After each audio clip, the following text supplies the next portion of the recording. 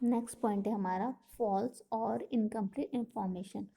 False that mean गलत, incomplete अधूरी, information जानकारी, गलत और अधूरी जानकारी, फॉल्स और इनकम्प्लीट इंफॉर्मेशन। ठीक है, इस पॉइंट का मतलब समझ में आया।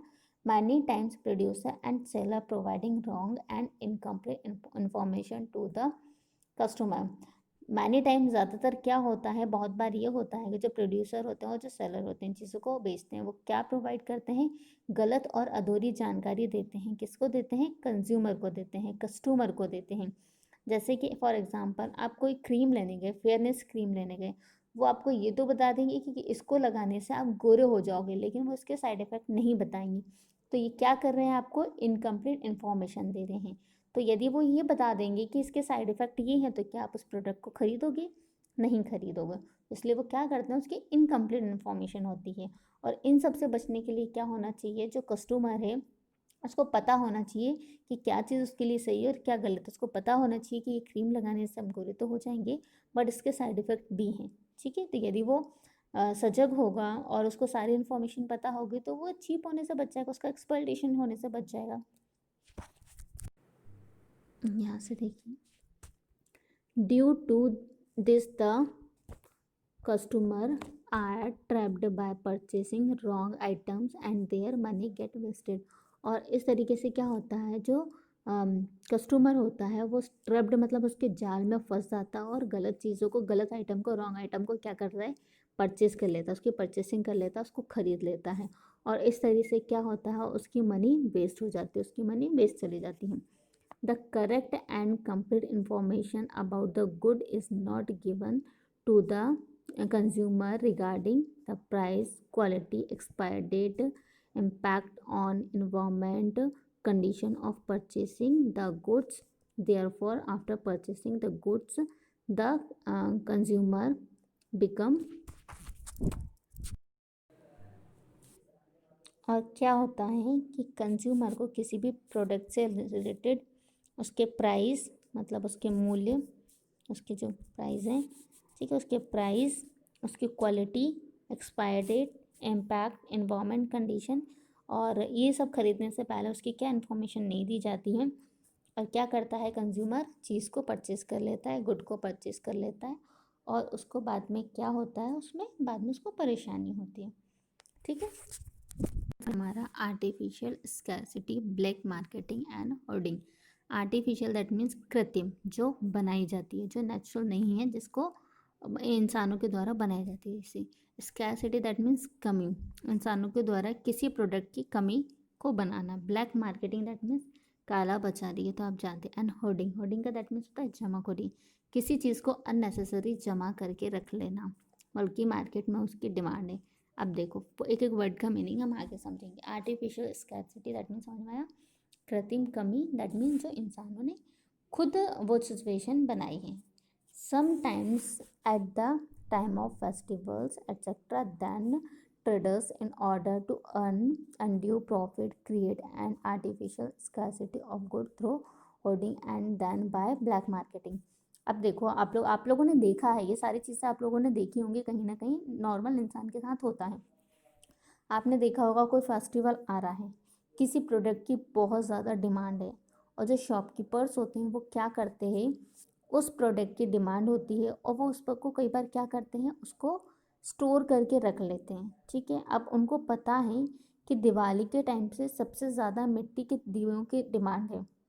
अब वो क्या करेंगे, उसको स्टोर करके रख लेंगे। अब सबको पता है बिना दीपक के पूजा तो होगी ही नहीं। वो क्या करेंगे, बार बार उससे मांगने की कोशिश करेंगे, मंगवाने की कोशिश करेंगे। तो वो क्या करेगा, उसका पहले तो वो खुद स्टोर करके रख लेगा, तो क्या करेगा, आर्टिफिशियल स्कैसिटी क्या कर देगा, उत्पन्न कर देगा। दैट मीन्स वो ऐसी सिचुएशन क्रिएट कर देगा कि ये सामान मार्केट में है ही नहीं, जिसको हम बोलते हैं आर्टिफिशियल स्कैसिटी। अब ब्लैक मार्केटिंग क्या होती है, ब्लैक मार्केटिंग देखो कि अब कस्टमर ने चीज़ को मांगा, इन्होंने शॉपकीपर ने दिया नहीं, बार बार कहने पे उन्होंने क्या बोला कि हम आपको ये प्रोडक्ट मंगवा देंगे, बस इसका प्राइस डबल लगेगा। कस्टमर को ज़रूरत है, वो क्या करेगा, वो बोलेगा आप मंगवा दीजिए, वो डबल प्राइस में वो सामान लेने के लिए तैयार हो जाएगा।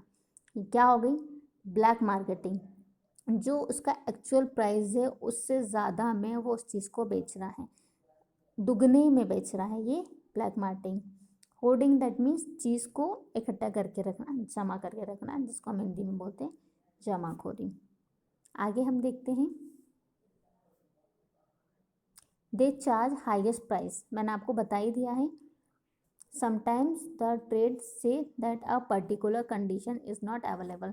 वही ये पूरा बोल रहा है, इस पैराग्राफ में यही बताया है जो मैंने आपको डिस्क्राइब कर चुकी, कि उसको किसी चीज़ की नीड है और शॉपकीपर क्या बोल रहा है कि ये अवेलेबल नहीं है, नॉट अवेलेबल। तो कस्टमर के बार बार कहने पे वो उसको अवेलेबल करवा देगा, बट डबल प्राइस में। ठीक है, जैसे कि आप लोगों ने मोस्टली देखा होगा kerosene, kerosene oil that means मिट्टी का तेल, लोग डबल में ही खरीद के लाते हैं। शुगर, शक्कर, ये सारी चीज़ें क्या करते हैं, वो डबल प्राइस में खरीद के लाते हैं। और शॉपकीपर क्या कर रहा है, कस्टमर से डबल प्राइस में चीज़ों को क्या कर रहा है, बेच रहा है, और कस्टमर खरीद भी रहा है। तो इस तरीके से क्या हो रहा है, कस्टमर का एक्सप्लॉयटेशन हो रहा है। ठीक है, तो ये एक टाइप हो गया किसका, कस्टमर के एक्सप्लॉयटेशन का। नेक्स्ट पॉइंट है हमारा रॉन्ग मेज़रमेंट।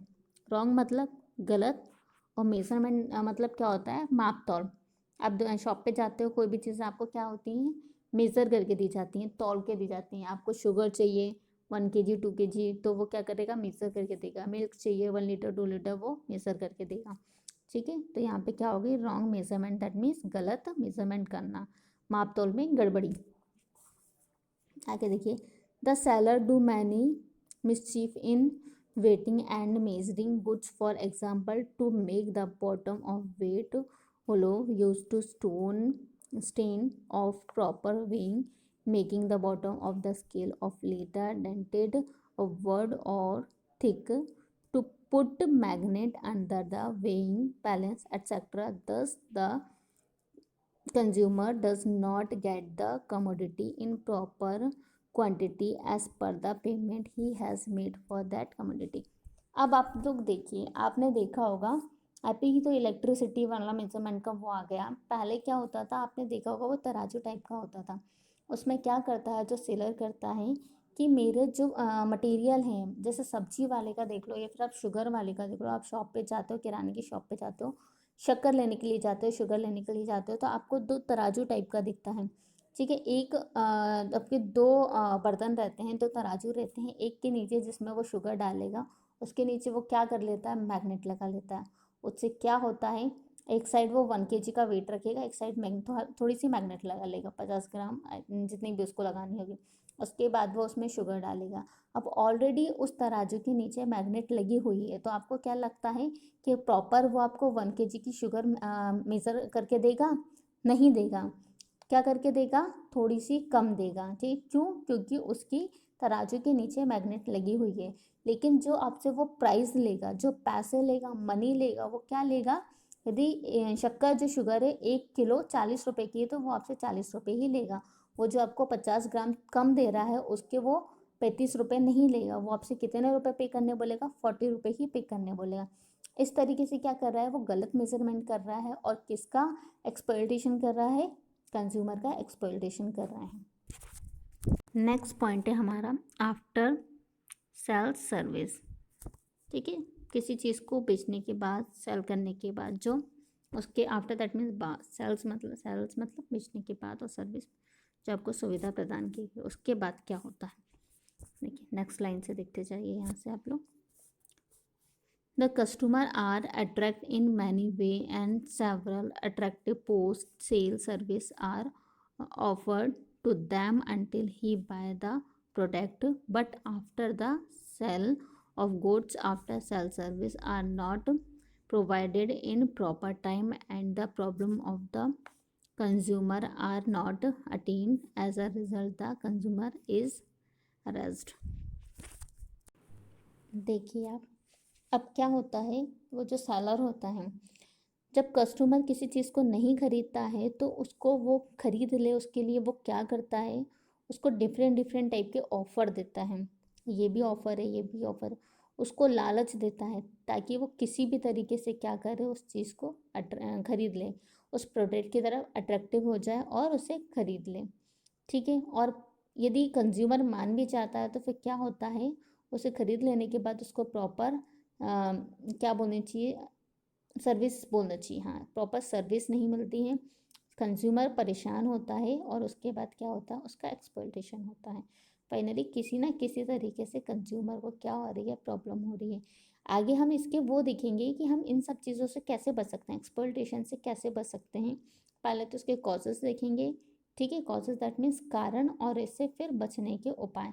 ये सारी चीज़ें हम पढ़ेंगे और इनको पढ़ने के बाद आपको अपनी डेली लाइफ में यूज़ करना है, क्योंकि हम भी चीज़ों को ख़रीदने चाहते हैं, हम भी कहीं ना कहीं एक कंज्यूमर ही हैं।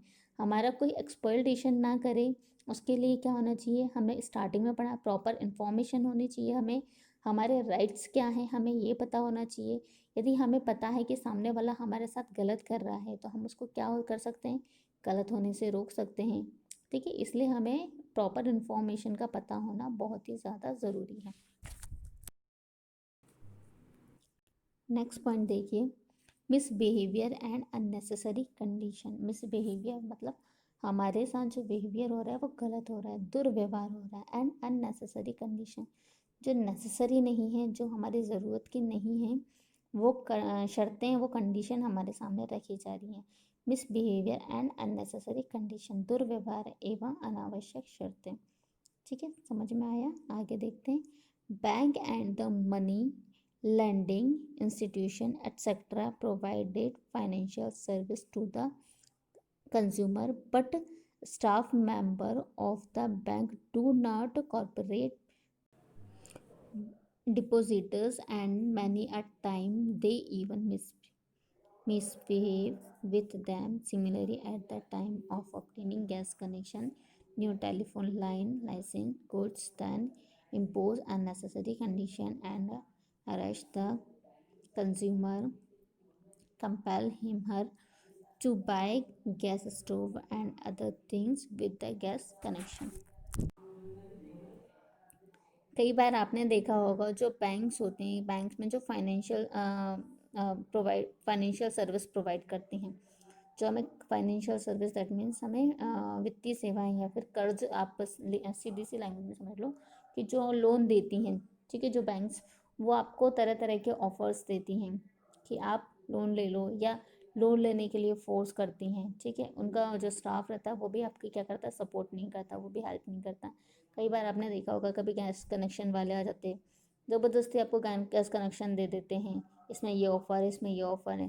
टेलीफोन लाइन वाले, अभी आप जियो का देख लो, जियो वाले कितना आपको ऑफ़र देते हैं, 3 महीने फ्री, 1 साल फ्री।